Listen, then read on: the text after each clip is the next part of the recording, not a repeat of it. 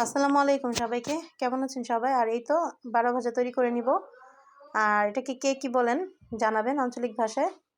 তো এই তো বুট সিদ্ধ করে নিব আমি লবণ দিয়ে। আর এই তো চিড়া এইভাবে ভেজে নিয়েছি আমি তেল দিয়ে। আর এখানে বারবিকিউ রুচি চানাচুর আমি 3 প্যাকেট নিয়ে নিয়েছি ছোট। আর এই তো এটা হচ্ছে চাট মশলা। আর কুচি করে আমি শসা নিয়ে নিয়েছি, অল্প পরিমাণে আদা, আর অল্প পরিমাণে লেবু কুচি, আর ধনিয়া পাতা, কাঁচামরিচ। আর লেবুটা আপনারা রসও দিতে পারেন চাইলে। আমি এর আগে রস দিয়েছিলাম, সেটাই বেশি ভালো লেগেছিল।